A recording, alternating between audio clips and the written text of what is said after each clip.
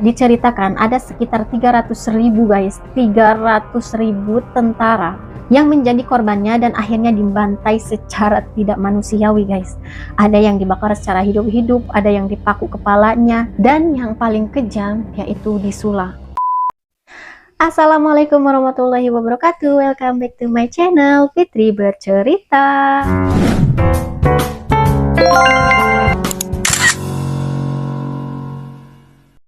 Oke guys, siapa sih di sini yang nggak tahu sosok yang menyeramkan yang bernama Dracula? Tentu kita udah pernah denger ya kan istilah Dracula. Apalagi buat kalian yang hobi banget nonton film horor ataupun mendengarkan kisah-kisah horor, pasti udah nggak asing banget di telinga kalian ya guys, sosok Dracula. Nah, berbicara tentang Dracula, yang terlintas di pikiran kita, Dracula ini merupakan sosok yang sangat menyeramkan, yang kebiasaannya itu mirip dengan vampir ya guys, tukang menghisap darah manusia. Tapi guys, kalian pernah kepikiran gak sih kalau Dracula itu sebenarnya cuma sosok fiksi atau memang ada di kehidupan nyata? Ya kan, karena kita tahunya kalau Dracula itu cuma sosok fiksi yang ada di novel-novel aja ataupun film horor ya kan guys. Ya kali ada manusia yang hobi menghisap darah manusia. Kalau menghisap aroma uang baru sih banyak. Tapi guys, terlepas dari semua itu ya kan, meskipun memang Dracula ini cuma sosok fiksi, tentu penulis pun tidak cuma ngarang gitu aja ya kan. Pasti dia juga terinspirasi dari kisah nyata ataupun kisah legendaris dari sebuah masyarakat. Penasaran? Nah, untuk menjawab rasa penasaran itu, di video kali ini aku bakal ceritain asal-usul dari sosok Dracula. Dan ya, Dracula sebenarnya ada di kehidupan nyata guys, bahkan lebih menyeramkan dari kisah yang kita dengar di novel ataupun film horor guys. Guys, sebenarnya Dracula itu beneran ada loh di kehidupan nyata, bahkan lebih sadis dan kejam. So, buat kalian yang baru banget datang ke channel aku ucapkan terima kasih banyak kalian udah klik video ini, dan jangan lupa klik tombol subscribe-nya ya guys.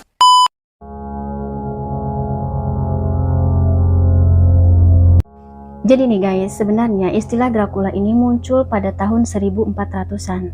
Nah, nama Dracula ini kembali populer ketika ada novel karangan Bram Stoker yang bergenre horor dan juga gotik yang berjudul Dracula. Novel ini pertama kali diterbitkan pada tahun 1847, di mana si Bram Stoker ini guys, untuk membuat novel ini, dia melakukan penelitian sampai beberapa tahun guys, terkait tentang cerita rakyat di Eropa Timur dan juga sejarah vampir. Jadi guys, Bram Stoker ini akhirnya terinspirasi dari salah satu tokoh yang sangat kejam dan juga sadis yang terkenal di Eropa Timur yang bernama Vlad Tepes. Vlad Tepes, atau lebih dikenal sebagai Vlad III Dracula, adalah merupakan seorang pangeran dari Wallachia di abad ke-15 yang memang terkenal dengan kekejamannya dan juga kesadisannya terhadap musuh-musuhnya guys. Wallachia merupakan sebuah kerajaan yang wilayahnya itu sekarang menjadi negara Rumania. Nah, ini nih yang akhirnya membuat si Bram Stoker menggabungkan karakter vampir yang suka menghisap darah manusia dengan Vlad Tepes yang sangat kejam ini guys. Lah, wait. Tadi kamu bilang kalau Dracula itu ada di kehidupan nyata. Tapi barusan kamu bilang apa? Dracula itu cuma sosok fiksi buatan si Bram Stoker tuh. Jadi yang bener yang mana nih? Sabar. Aku jelasin semuanya ya guys. Guys, sebenarnya legenda Dracula ini merupakan sebuah kisah nyata yang berkaitan erat dengan Islam loh guys. Cerita ini terjadi di tahun 1400-an, di mana Eropa dan Timur Tengah kala itu sedang bersaing melakukan pertarungan kekuasaan. Nah, di tengah gemerlapnya zaman tersebut muncullah si Vlad III Dracula ini. Kenapa akhirnya si Vlad III ini dijuluki sebagai Dracula? Karena si Vlad III ini merupakan anak dari si Vlad II yang mendapatkan julukan Vlad Dracul. Nama Dracul diambil dari bahasa Latin yang berarti Draco atau naga. Kenapa si Vlad II dijuluki sebagai naga? Karena Vlad II ini diangkat sebagai Ordo Naga, sebuah persaudaraan militan yang didirikan oleh Sigismund dari Luxembourg, Raja Hungaria. Sementara Dracula berasal dari kata Dracuela yang memiliki arti anak naga. Jadi Vlad III Dracula memiliki arti anak naga. Nah, yang membuat kisah ini menarik nih guys, karena nantinya si Vlad III ini akan berusaha untuk meruntuhkan Kesultanan Utsmani yang sangat terkenal yang bernama Sultan Muhammad Al-Fatih. Masa kecil Dracula sebenarnya sangat menyenangkan guys. Dia itu merupakan sosok yang memiliki seorang ibu yang baik hati dan juga penyayang. Akan tetapi memang dia masih kekurangan sosok figur ayah. Karena si Pledua ini memang sibuk di medan peperangan ya. Kondisi tersebut semakin diperparah karena keadaan kondisi politik yang semakin panas guys. Sehingga membuat si Dracula dan juga adiknya yang bernama Radu Seleucus diharuskan untuk tinggal di Ottoman sebagai jaminan politik kala itu guys. Jadi pada masa kepemimpinan si Pledua ini guys, saat itu wilayah Wallachia berhasil dikuasai oleh Kesultanan Utsmani yang dipimpin oleh Sultan Murad II. Menurut sejarah nih guys, sebenarnya Wallachia itu tidak pernah diserang guys. Akan tetapi pada waktu itu antara kedua belah pihak, antara si Pledua dengan Sultan Murad II ini membuat sebuah kesepakatan nih guys, yang intinya wilayah Wallachia ini merupakan kekuasaan Islam. Dan Wallachia diwajibkan memberikan jizyah atau membayar semacam pajak gitu loh guys. Nah, selain soal jizyah ya guys, Sultan Murad II juga membuat kesepakatan yang sangat cerdas nih guys untuk mengantisipasi adanya pemberontakan di suatu waktu yang dilakukan oleh Pledua, yang akhirnya membuat Sultan Murad II ini mengambil kedua anaknya si Pledua yang bernama Vlad III Dracul dan juga adiknya yang bernama Radu Seleucus sebagai jaminan politik guys. Meskipun statusnya sebagai jaminan politik ya guys, Dracula dan juga adiknya yang bernama Radu selama di Ottoman, mereka dididik dan juga diajarkan berbagai macam ilmu pengetahuan, dan salah satunya ilmu kemiliteran guys. Keduanya mendapatkan pelatihan militer yang sangat terbaik di Kesatuan Janissary, yaitu sebuah pasukan elit militer di kerajaan Turki. Mereka dididik dan dilatih oleh komandan-komandan terbaik pada masanya. Keduanya dilatih dan dididik agar mendapatkan kemampuan militer yang sangat baik guys. Vlad III Dracul pada waktu itu berusia 13 tahun, berselisih 1 tahun dengan Sultan Muhammad Al-Fatih yang nantinya akan memimpin penaklukan legendaris di Konstantinopel. Selama di Ottoman, Radu, adiknya Dracula ini benar-benar tekun gitu mempelajari ilmu pengetahuan agama dan juga ilmu kemiliteran di Turki guys. Berbeda dengan kakaknya si Dracula ini. Dracula ini lebih memiliki sifat keras kepala dan juga pembangkang guys, yang membuatnya sering mendapatkan hukuman dari pengawal kerajaan guys. Nah, karena saking seringnya si Dracula ini mendapatkan hukuman dari pengawal kerajaan nih guys, akhirnya di hati si Dracula itu penuh dengan kebencian pokoknya terhadap kerajaan Turki guys. Berbeda dengan adiknya itu benar-benar tekun banget mempelajari ilmu agama dan juga ilmu kemiliteran. Hingga akhirnya nanti nih guys, si Radu Seleucus ini diangkat sebagai panglima perang untuk melawan si Dracula guys. Pernah dikatakan bahwa si Dracula ini sering banget menangkap seekor burung ataupun tikus untuk dijadikan pelampiasan kekesalannya gitu loh guys. Dia bunuh secara sadis dan juga bengis, pokoknya untuk meluapkan emosinya aja dan kebenciannya terhadap kerajaan Turki. Pokoknya dia bermimpi untuk memimpin kembali daerah Wallachia dan juga balik menyerang kerajaan Turki Utsmani. Nah, siapa yang sangka guys, ternyata cita-citanya ini menunjukkan titik terang guys. Diceritakan suatu waktu nih, ayahnya Vlad II dikudeta dan dieksekusi mati oleh pemberontakan yang terjadi di Wallachia guys. Akhirnya pihak Kesultanan Turki mengirimkan si Vlad III untuk menggantikan posisi ayahnya di Wallachia. Kesultanan Turki mengirimkan si Vlad III ini untuk menggantikan ayahnya karena dia dianggap mampu gitu untuk menggantikan posisi ayahnya untuk menjaga dan mengembalikan kekuasaan Wallachia sebagai bagian kekuasaan Turki Utsmani. Nah, akhirnya setelah berhasil nih guys mengalahkan pemberontakan yang terjadi di Wallachia kala itu nih, bukannya mengembalikan daerah Wallachia kepada kekuasaan Turki Utsmani, justru Vlad III Dracul malah berkhianat guys. Dracula akhirnya mengumpulkan seluruh kekuatannya dan kembali melawan dominasi Ottoman. Setelah menaiki tahta dan kembali memimpin Wallachia, Dracula terus saja memberikan teror yang sangat mengerikan terhadap warga sipil dan juga tentara muslim guys. Sehingga perlakuan kejinya ini membuat kawan ataupun lawan enggan gitu berurusan dengan si Vlad III Dracul guys. Pokoknya di Wallachia, Dracula ini melakukan pembalasan dendam terhadap para bangsawan dan juga orang-orang yang pernah bersekutu pada masa kepemimpinan ayahnya. Nah, sisa-sisa prajurit yang ikut berperang melawan pemberontakan di Wallachia nih guys ya, bersama si Dracula itu, dia sekap di bawah tanah selama beberapa hari dalam keadaan telanjang bulat guys. Tentara-tentara itu akhirnya diarak oleh Dracula menuju pinggiran kota untuk dieksekusi guys. Dijelaskan oleh Hypatia dalam bukunya Dracula, Pembantaian Umat Islam dalam Perang Salib. Dia menceritakan beberapa kekejaman yang dilakukan oleh Dracula terhadap tentara dan kaum muslimin guys. Diceritakan ada sekitar 300.000 guys, 300.000 tentara yang menjadi korbannya dan akhirnya dibantai secara tidak manusiawi guys. Ada yang dibakar secara hidup-hidup, ada yang dipaku kepalanya, dan yang paling kejam yaitu disula.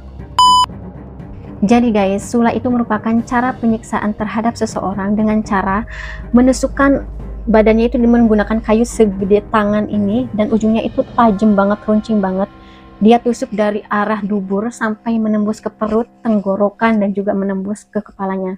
Udah kayak macam disate gitu loh guys. Jadi kebayang gak sih kalian betapa sadisnya si Dracula ini menyiksa orang-orang yang dianggap musuh pokoknya oleh si Dracula itu guys.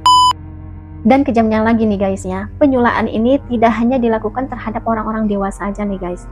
Penyulaan ini Dracula lakukan juga terhadap seorang bayi guys. Nah nggak cuma itu guys, setelah disula nih, orang-orang yang disula itu nggak langsung meninggal gitu guys. Sehari 2 hari itu baru meninggal gitu. Dia merasakan kesakitan yang sangat-sangat luar biasa selama 2 hari guys, sampai akhirnya dia meninggal. Kemudian setelah itu, orang-orang yang disula guys, dia tanam di hutan gitu, kayak dijajar-jajarin gitu, kayak sate itu dijajar-jajarin di hutan, hanya dilakukan untuk kesenangan semata guys.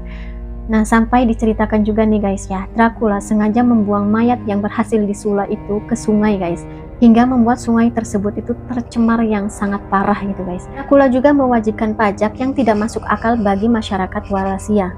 Harta tersebut semuanya dipergunakan untuk berfoya-foya dan juga biaya penyiksaan terhadap orang-orang yang berani menentangnya guys. Nah hingga akhirnya kekejaman dan kebengisan si Dracula ini membuat Sultan Muhammad Al-Fatih itu merasa geram dan juga jengah. Apalagi pembantaian ini dilakukan terhadap umat Islam ya guys. Jadi Sultan Muhammad Al-Fatih itu sangat geram gitu loh. Dan akhirnya Sultan Muhammad Al-Fatih pun mengutus Radu, adiknya si Dracula ini, dengan 100.000 prajurit untuk menghentikan kekejaman dan juga kebengisan si Dracula guys. Alasan Muhammad Al-Fatih mengutus adiknya Radu Salfrumos untuk memimpin peperangan karena Sultan Muhammad Al-Fatih ini berpikir untuk mengalahkan seekor singa maka dibutuhkan juga seekor singa yang bisa menghentikannya, dan Radu diyakini mampu untuk menghadapi Dracula. Meskipun sebenarnya keduanya ini adalah saudara kandung ya guys, tetapi akidah dan juga keyakinan yang terpatri di hati Radu menjadikan kekuatan tersendiri di hatinya untuk berani melawan saudara kandungnya sendiri guys. Dia lebih memilih untuk membela kebenaran dan juga membela saudara seimannya guys, walaupun memang ya harus melawan saudara kandungnya sendiri ya guys. Dengan jumlah pasukan yang lebih banyak dari pasukannya si Dracula ya guys, 3 kali lipat lebih banyak dari tentara si Dracula. Meskipun jumlah tentara Dracula kalah jauh dengan tentara Islam nih guys, tidak lantas membuat si Dracula itu ketar-ketir gitu. Berkat dari ilmu kemiliteran yang selama ini dia pelajari selama di Ottoman sana, akhirnya Dracula itu memiliki strategi yang sangat baik dan juga sangat jitu gitu guys. Dracula mampu melawan dan juga bertahan melawan tentara Islam yang memang jauh lebih besar gitu jumlahnya daripada tentaranya ya guys. Nah, dalam pertarungan saudara ini guys, Dracula akhirnya dikalahkan oleh pasukan adiknya guys. Akan tetapi guys, Radu terbunuh oleh salah satu panglima perang yang diutus oleh Dracula yang bernama Stephen III yang berasal dari Klandan.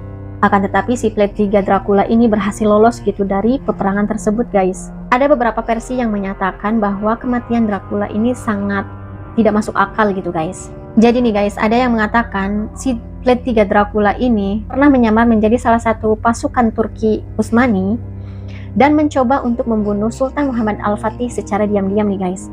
Akan tetapi rencana tersebut gagal karena dia justru terbunuh oleh pasukannya sendiri guys.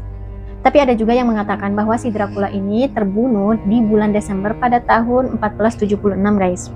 Nah kala itu dia itu menyusuri sungai bersama pasukannya menuju sungai Snagov. Selama 15 hari perjalanan akhirnya si Dracula ini tetap saja terperangkap gitu, terkepung oleh tentara Turki, dan tak lama kemudian akhirnya terbunuhlah di sungai Snagov tersebut. Penaklukan Konstantinopel adalah raihan ataupun prestasi yang sangat luar biasa nih guys bagi sejarah Islam. Sebenarnya sudah berabad-abad ya guys pada zaman Khalifah Muawiyah di tahun 44 Hijriah. Nah, baru pada masa Sultan Muhammad Al-Fatih, era Wallachia ini bisa sepenuhnya dikuasai oleh Kesultanan Turki, hingga akhirnya menyentuh seluruh daratan Eropa, termasuk Wallachia guys. Warisan kekejaman yang sudah melekat banget di hati para masyarakat Eropa Timur jadikannya dikenal sebagai sosok Dracula di kehidupan nyata guys. Kekejamannya terhadap warga sipil ataupun terhadap musuh-musuhnya telah benar-benar membuatnya dikenal sebagai Dracula. Padahal nih guys ya, kalau dibandingkan dengan Hitler, jumlah pembunuhan yang dilakukan Dracula ini tidak seberapa loh guys. Pembunuhan yang dilakukan oleh Hitler jauh lebih banyak dibandingkan yang dilakukan oleh Dracula. Tapi guys, Hitler itu masih tetap mending gitu loh guys. Hitler masih tetap memperjuangkan negaranya dan juga memajukan bangsanya, berbeda dengan si Dracula ini. Dia hanya sekedar bersenang-senang aja dengan menyaksikan kesakitan dan juga penderitaan warganya sendiri guys. Wallahu alam. Oke guys, itu tadi cerita tentang sosok Dracula di kehidupan nyata guys. Semoga cerita ini bisa memberikan manfaat ya guys. Ambil sisi baiknya dan buang sisi negatifnya ya guys. Dan terakhir aku ucapkan terima kasih banyak buat kalian yang nonton video ini sampai selesai. Jangan lupa klik tombol like, komen, dan share-nya ya guys. Untuk saran ataupun ide-ide video selanjutnya, kalian bisa langsung tambahin di kolom komentar di bawah. Jangan lupa klik tombol subscribe-nya supaya aku bisa ketemu kalian lagi di cerita berikutnya. Terima kasih. Assalamualaikum warahmatullahi wabarakatuh.